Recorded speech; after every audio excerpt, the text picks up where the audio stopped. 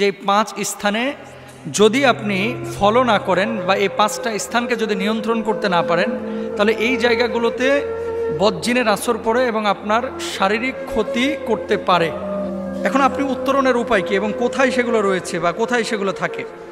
দেখেন, ঘরের এমন কিছু জায়গা রয়েছে যে জায়গাগুলোতে কেউ কোনো দিন শয় নাই, আপনি বিছানা করে রেখে দিয়েছেন এবং ঈদের পরের দিন শুয়েছেন, শোয়ার পরে 1 বছর আপনি ঢাকায় রয়েছেন, আগামী ঈদ পর্যন্ত বিছানাটাকে ওইভাবে আপনি রেখে দিয়েছেন। এইরকম বিছানা আপনারা রাখবেন না। 2 নম্বর, আলমিরার মধ্যে এমন কিছু কাপড় চোপড় আপনারা রাখেন যে কাপড় চোপড়গুলো আপনি খুলেন না সহজে। 5 মাস 6 মাস 7 মাস চলে যাচ্ছে, কিন্তু কাপড়গুলো আপনি খুলে একবার দেখেনও না, ফলো করেন না, তাকান না। যদি এরকমটা হয়ে থাকে, তাহলে আপনাদেরকে অবশ্যই যে কাজটি করতে হবে, এই চাদরগুলো এবং এই ঘরগুলো যাতায়াত করতে হবে, ঝাড়াঝাড়ি করতে হবে এবং ব্যবহার করতে হবে। রাসূল সাল্লাল্লাহু আলাইহি ওয়াসাল্লাম কি বলছেন? পুরুষের জন্য 1খানা চাদর, তার স্ত্রীর জন্য 1খানা চাদর এবং তৃতীয়টি অতিথির জন্য, আর চতুর্থটি হচ্ছে শয়তানের জন্য। সহিহ মুসলিমের কিন্তু হাদিস। তার মানে কি, যদি চাদর থাকে, অব্যবহৃত যদি বিছানা ভাঁজ করা থাকে, নিয়মিত এই বিছানা এবং চাদরগুলো আপনারা ঝাড়বেন। যদি ঝাড়েন, শয়তানের ওয়াসওয়াসা এবং বদজিনের আসর থেকে আপনার বাচ্চা কাচ্চা ভালো থাকবে এবং আপনিও ভালো থাকবেন। এবার আসেন 2 নম্বর, আপনার বাড়ির সবচেয়ে আদর্শ জায়গা বদজিন বা শয়তানের হচ্ছে আপনার বাথরুম। কিছু বাথরুম যেখানে ঢোকা যায় না, আবার কিছু মানুষের বাথরুম আছে বেডরুমের চাইতে বাথরুমটা সুন্দর, যারা রুচিশীল।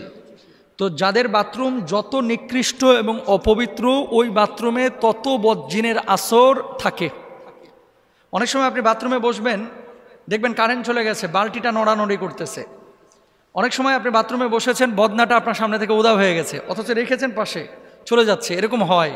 এখন এই কথা শোনার পরে অনেক দর্শক অথবা আপনারা অথবা যারা আপনারা রেকর্ড করতেছেন, আপনারা মনে করবেন যে এটা মনে হয় ফাউল কথাবার্তা, এটা কেমন কথা, বালতি আবার একা একা নড়ে কীভাবে? যখন আপনার সামনে ঘটবে তখন বলবেন যে আসলে এটা কিভাবে ঘটে। আর এখন তো সহজ, সিসি ক্যামেরায় কিন্তু এই ধরনের ভৌতিক বিষয়গুলোও দেখা যায়। অফিসে দেখবেন যে চেয়ার রাখা আছে, এই চেয়ারটা একা একা রাত্রিবেলায় ঘুরে বেড়াচ্ছে, এগুলো সিসি ক্যামেরায় দেখা যায় এবং ঘটেছেও এরকম অনেক ঘটনা। তো দেখেন, বাথরুমে যখন আপনি ঢুকবেন, বাথরুমে ঢোকার আগে আল্লাহুম্মা ইন্নী আউযু বিকা মিনাল খুবুসি ওয়াল খাবাইস দোয়া পড়ে নেবেন।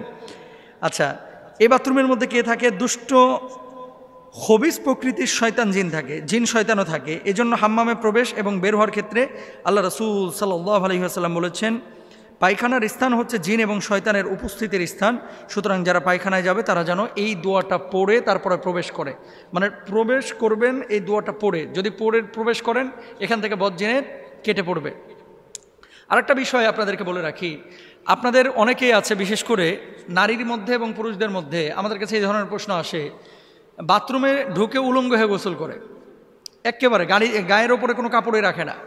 এই ধরনের চিত্রগুলো, যেগুলোকে নেকেড চিত্র বলা হয়, এই ধরনের চিত্রগুলো আসলে জিন শয়তান এবং আপনার যারা ওয়াসওয়াসা দেয়, এদের একটা আদর্শ চিত্র বা এই চিত্রগুলো তারা পছন্দ করে। এগুলো কখনো করবেন না, এগুলো আবারও বলি কখনো করবেন না। প্যান্ট পরে ঢুকেছেন বা লুঙ্গি পরে ঢুকেছেন, ওটা পরে আপনি গোসলটা করবেন ইনশাআল্লাহ তাআলা। আর কিছু মানুষ দেখবেন উপুর হয়ে শয়, মানে নিতম্ব উপরের দিকে, বুকটা নিচের দিকে, বালিশের ওপরে বুকটা রেখে উপুর হয়ে শয়, এভাবে আপনারা শোবেন না। এই ধরনের শোয়া যারা অবলম্বন করে, বদজিনের আসর এবং বোবা জিন তাদেরকে বেশি ধরে। এটা রাসূল আকরাম সাল্লাল্লাহু আলাইহি ওয়াসাল্লাম পছন্দ করেন নাই, আপনারা খেয়াল করবেন। এবং যখন বাথরুম থেকে বের হবেন তখন গুফরান একা পড়বেন। আর বিশেষ করে সন্ধ্যাবেলায় আপনারা জানালাগুলো লাগায় রাখবেন। সন্ধ্যাবেলায় যখন মাগরিবের আজান হবে তার আগে আপনারা জানালা লাগায় দেবেন। আপনারা কি করেন, জানালাটা লাগান কখন? রাত 10টার পরে, অথবা মশা আসলে লাগান, তাছাড়া লাগাইতে চান না। পোকা আসলে লাগান, কিন্তু পোকা মশার চাইতে বড় শয়তান হচ্ছে জিন, যারা বদজিন, এগুলো আপনার ক্ষতি করতে পারে, এটা খেয়াল রাখবেন। 3 নম্বর আসেন,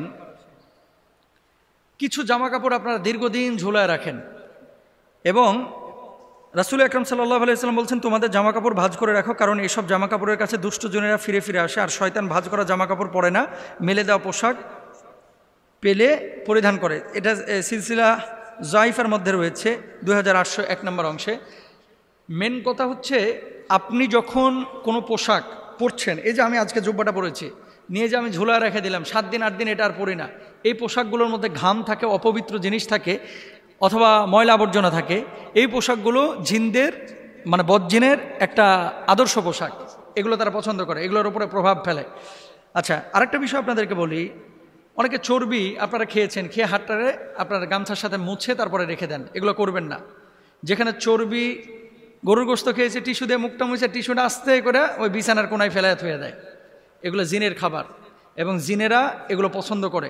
হাড্ডি চুষে নিহারি খেয়েছে, নিহারির হাড্ডিটাকে নিয়ে যে কি করে আস্তে করে ওই যে বেডরুমে ঘুমায় এটা জানলার পাশে নিয়ে যে ফেলায় থুয়ে দেয় কাঁঠাল তলায়, এগুলো করবেন না। প্রাণী বা মানুষের মূর্তি, পুতুল, যেই ঘরে যত বেশি ছবি, পুতুল এবং মূর্তি থাকবে সেই ঘরে জিন তত বেশি ঢুকবে, বদজিন, খারাপ জিন, রহমতের ফেরেশতা ঢুকবে না, এটা খেয়াল রাখবেন ইনশাআল্লাহ। বিশেষ করে আপনারা টুথপেস্ট, শ্যাম্পু, মেয়েদের মেকআপ বক্স অথবা এমন কিছু ছবি আপনারা ঝুলিয়ে রাখেন, ক্লোজ আপ কিনছেন, কেনার পরে দেখতেছেন বেডি ওই দাঁত কেলায় হাসতেছে, ওটা নিয়ে যে আপনি ঘরের মধ্যে রেখে দিচ্ছেন। আছে না এরকম? ক্রিমের বক্সে অনেক সময় মেয়েদের ছবি থাকে, এগুলো রাখবেন না ইনশাআল্লাহ। তারপরে 5 নাম্বার হচ্ছে আগুন জ্বালানোর স্থান। বিশেষ করে খড়খোটা যারা ইউজ করেন, গ্যাসের চুলা যারা ব্যবহার করেন, চুলা উনুন যারা ব্যবহার করেন, এই সমস্ত জায়গাগুলো হচ্ছে জিনের আদর্শ জায়গা। এই জায়গাগুলো কি করবেন? চুলা জ্বালাবার পূর্বে বিসমিল্লাহ বলবেন এবং মাঝে সূরা ফাতিহা লবণ মিশ্রিত পানিতে ফুঁকে ঘর দোর মোছা উত্তম অভ্যাস করবেন। কেমন? যখন আপনি ঘরের মুছতেছেন কি করেন? স্যাভলন পানি দেন, তারপরে মুছেন, তাই না? স্যাভলন মিশিয়ে তারপর মুছছেন না, এটা তো আপনি জীবাণুনাশক দিবেনই, কিন্তু ওই পানিটার মধ্যে কাজের বুয়াকে বলবেন একটু বিসমিল্লাহ বলে ফুৎকার দিও, সূরা ফাতিহাটা পারলে একটু সূরা ফাতিহা পড়ে ফুৎকার দিও, অথবা আপনি দিয়ে দিবেন, তাহলে কি হবে? ঘরগুলো নিরাপদ থাকবে ইনশাআল্লাহ তাআলা। তো এগুলো আমরা খেয়াল করবো, আল্লাহ তাআলা বোঝার তৌফিক দান করুন।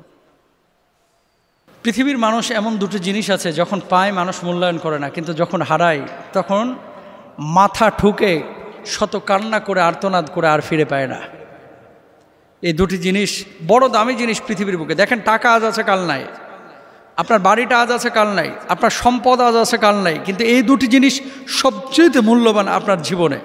আচ্ছা, আপনাকে বলি একটা কথা, সেটা হচ্ছে আপনার স্ত্রী আপনার জন্য রোস্ট রান্না করেছে, পায়েস রান্না করেছে, গরু, খাসি, মুরগি যা আছে আপনি যা পছন্দের খাবার সব রান্না বান্না করেছে, কিন্তু আবারও বলি কিন্তু আপনার শরীরটা ভালো না, পেটে পীড়া, গোশত হজম হয় না, আপনি খাইতে পারেন না।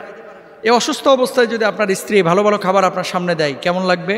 আপনি রাগান্বিত হবেন, আরও ক্রোধান্বিত হবেন, হয়তো বা বউয়ের ওপরে হাত তুলবেন, নাউজুবিল্লাহ মিন যালিক। এটা ভালো কাজ না। দুইটি জিনিস এমন রয়েছে যেই দুইটি জিনিস আল্লাহ তাআলা মানুষকে দিলে মানুষ যখন পায় তখন মূল্যায়ন করে না। কি? হাদিসের মধ্যে দেখেন, সহিহ বুখারী হাদিস 6412 নম্বর হাদিস, আল্লাহ রাসূল সাল্লাল্লাহু আলাইহি ওয়াসাল্লাম বলছেন, নি'মাতানে মাকবুনুন ফীহিমা কাসীরুম মিনান নাস, আস-সিহহাতু ওয়াল ফারাগু। দুটি জিনিস এরকম আছে, মানুষের মধ্যে অধিকাংশ মানুষ দুটি নিয়ামতের খুব অবহেলা করে। একটি হলো সুস্থতা আর অপরটি হলো অবসরতা। আস-সিহহাতু ওয়াল ফারাগু।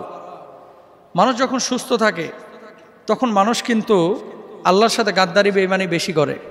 মানুষ যখন অসুস্থ হয়ে যায়, অপারেশনের সময় হয়, হার্টে ব্লক তৈরি হয়, কিডনিতে ইনফেকশন দেখা যায়, ফুসফুসে কোনো ধরনের সংক্রমণ দেখা যায়, মানুষ কিন্তু সামনের কাতারে নামাজ পড়ে। খেয়াল করে দেখেন, বড় কোনো রোগ যখন ধরা পড়ে মানুষ নামাজ ছাড়ে না, কিন্তু যখন রোগ নাই, মানুষ সুস্থ সবল স্বাভাবিক, তখন নামাজ পড়ে না।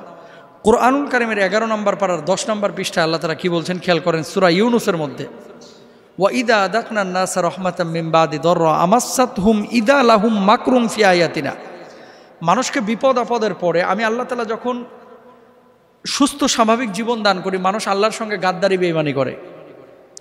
ওখানে চমৎকার করে উদাহরণ দেওয়া হয়েছে, ওয়াজারাইনা বিহিম বিরিহিন তাইয়্যিবা ওয়াফারিহু বিহা জাতহা রিহুন আসিফ ওয়াজাআহুমুল মাউজু মিন কুল্লি মাকানি ওয়াযান্নু আন্নাহু মুহাইতা বিহিম। কি বলছেন আল্লাহ তাআলা? দুনিয়ার মানুষের গাদ্দারির উপমা পেশ করেছেন। কেমন গাদ্দারি করে মানুষ? যখন জলযানে আরোহণ করে, দেখবেন বরিশালে যখন মানুষ লঞ্চে যায়, ওই চাঁদপুরে যখন লঞ্চে যায়, কিছু মানুষ আছে কানের মধ্যে দুইটা বল্টু লাগায়া, হেডফোন লাগায়া ওই নাটক সিনেমা দেখে, নাচ গান দেখে, গার্লফ্রেন্ড বয়ফ্রেন্ড আলাপ আলোচনা করে, এরকম আছে কিন্তু অসংখ্য মানুষ।